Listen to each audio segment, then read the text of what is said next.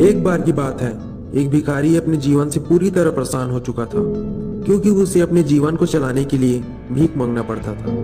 उसे हर एक चीज के लिए भीख मांगना पड़ता था। इसी बात को लेकर वह व्यक्ति बहुत दुखी रहता और दिन भर यही सोचता कि उसके जीवन में बदलाव कैसे आएगा। यह सोचकर वह निराश हो जाता था। वह हर दिन देखता कि बहुत सारे लोग निराश होकर अपने आंखों में आंसू लिए और विभिन्न चिंताओं से परेशान लोग गौतम बुद्ध की तरफ जाते और वापस लौटते समय वे लोग बहुत खुश होते थे।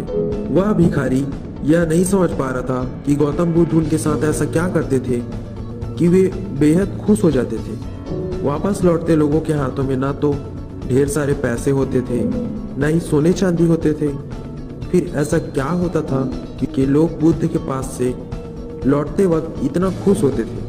यह सब देखकर और सोचकर उस भिखारी ने भी निर्णय लिया कि वह भी महात्मा बुद्ध के पास जाएगा और देखेगा कि ऐसा वहाँ क्या हो रहा है कि दुखी लोग उनके पास जाकर खुश हो जाते हैं। वह बुद्ध से मिलने उनके पास चल पड़ा जहाँ बुद्ध मौजूद थे। वहाँ बहुत लंबी कतार लगी हुई थी, तो वह भिखारी भी कतार में लग गया। कतार में लगकर वह अपनी बारी का इंतजार करने लगा। देखते ही देखते उसकी बारी आ गई और उसने बुद्ध से कहा, बुद्ध मैं बहुत गरीब हूँ, मेरे पास कुछ भी नहीं है।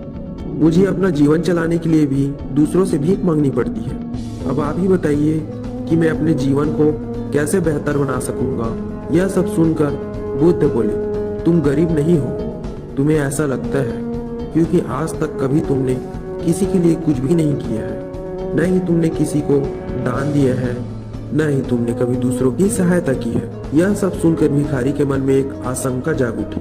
अपनी आशंका को दूर करने के लिए भिखारी ने पूछा, मैं तो एक भिखारी हूँ, मैं लोगों को दान कैसे दे सकता हूँ और कैसे लोगों की सहायता कर सकता हूँ? मुझे तो खुद अपना जीवन चलाने के लिए दूसरों से मांगना पड़ता है।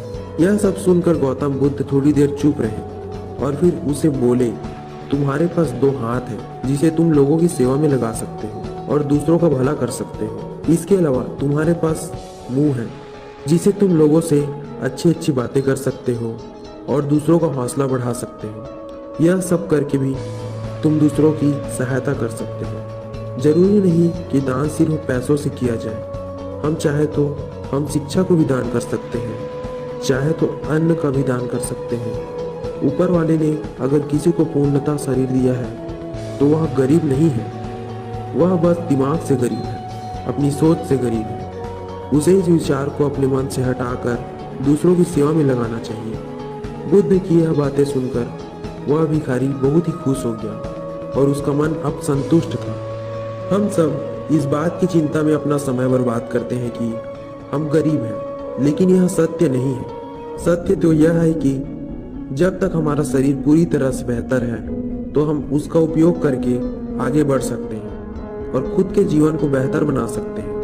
अगर कोई व्यक्ति सिर्फ अपने गरीबी पर ध्यान दे और उसे बदलने की कोशिश ना करे तो वह मूर्ख है। इसके अलावा हमें इस कहानी से यह सीख मिलती है, दान सिर्फ धन का ही नहीं, शिक्षा, भोजन और अच्छे विचारों का भी किया जाना चाहिए।